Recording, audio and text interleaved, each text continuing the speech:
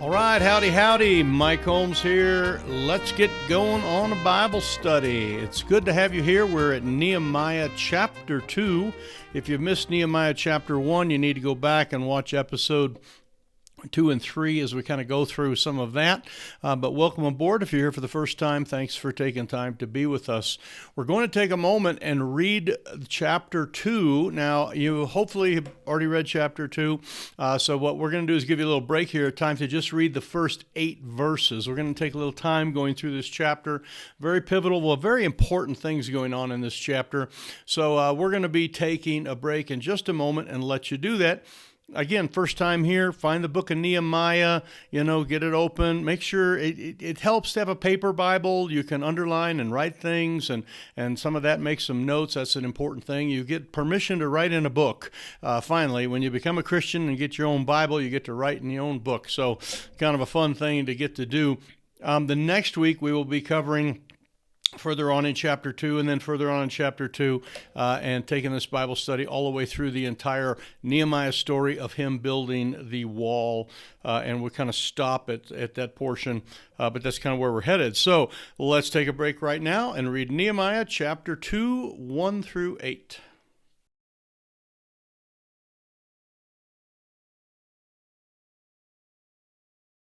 All right. Hey, welcome back. Let's get into some questions now. The way this works, I'll read through the question, then you can just, the video pauses for a little bit, but just hit the pause button there on your smartphone, or you're watching this on YouTube, just hit the little thing and it'll stop it. If you touch the screen, usually stops it.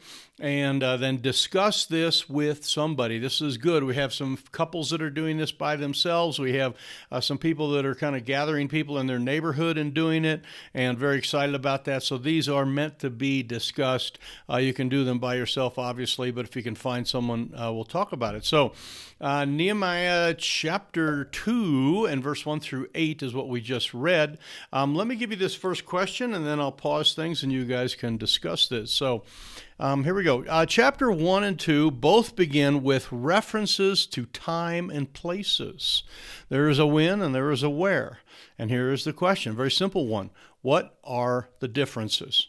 And this is an important thing in every scripture you read, is to read like, where did this happen? When did this happen? What's the context?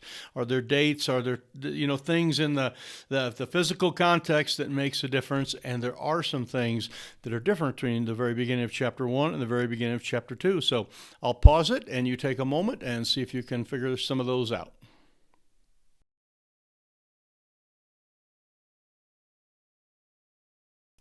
All right, welcome back. Let me get to the next question. This one's a little bit longer. I hope you'll be able to find some of those differences and kind of look and see what they always sort of set the context for some of the other things that are going on. So, all right, so chapter 2, let me back up. Chapter 1 ends with Nehemiah stating that he was the king's cupbearer, and then chapter 2 in the very first verse starts out with Nehemiah with the cup in hand, and from there the story makes a dramatic turn from all this hoping type of stuff into actual action.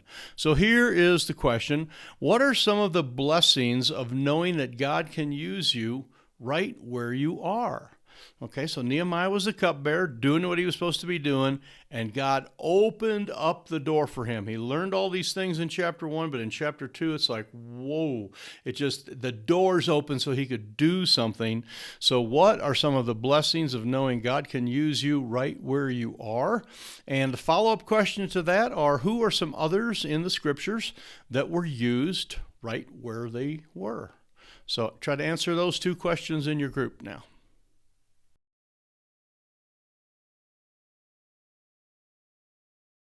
All right, welcome back. Welcome back. Hope you got those first couple ones figured out and had some good discussion there. This next one is a very interesting question, and this is sort of an analytical thing, and you have to kind of read all 8 verses because in 8 verses things kind of go up and down, up and down, up and down, and here is kind of the question that I wrote, and I'll explain it a little bit deeper after I read the question. Discuss the changes of emotion in these 8 verses.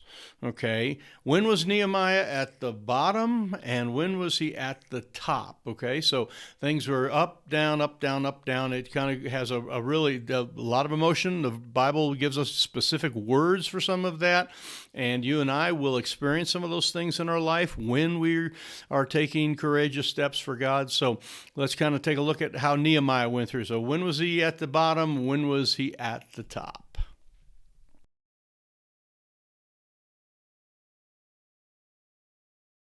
All right. Hey, good. And last question here is number 4, the 4th question I have, and this is the last one. What do you think gave Nehemiah the boldness and courage to speak to the king the way he did? I mean, this is a tremendous thing. I mean, he's obviously knew him before. We've talked about some of that. But what do you think gave him boldness and courage? Okay.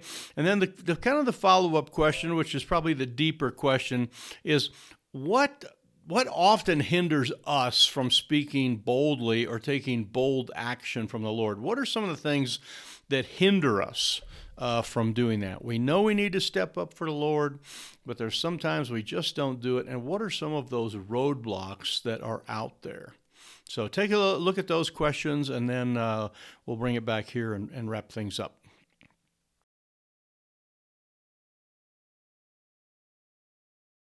Okay, good. The last thing here that I want to say is go ahead and read the rest of the chapter for next week.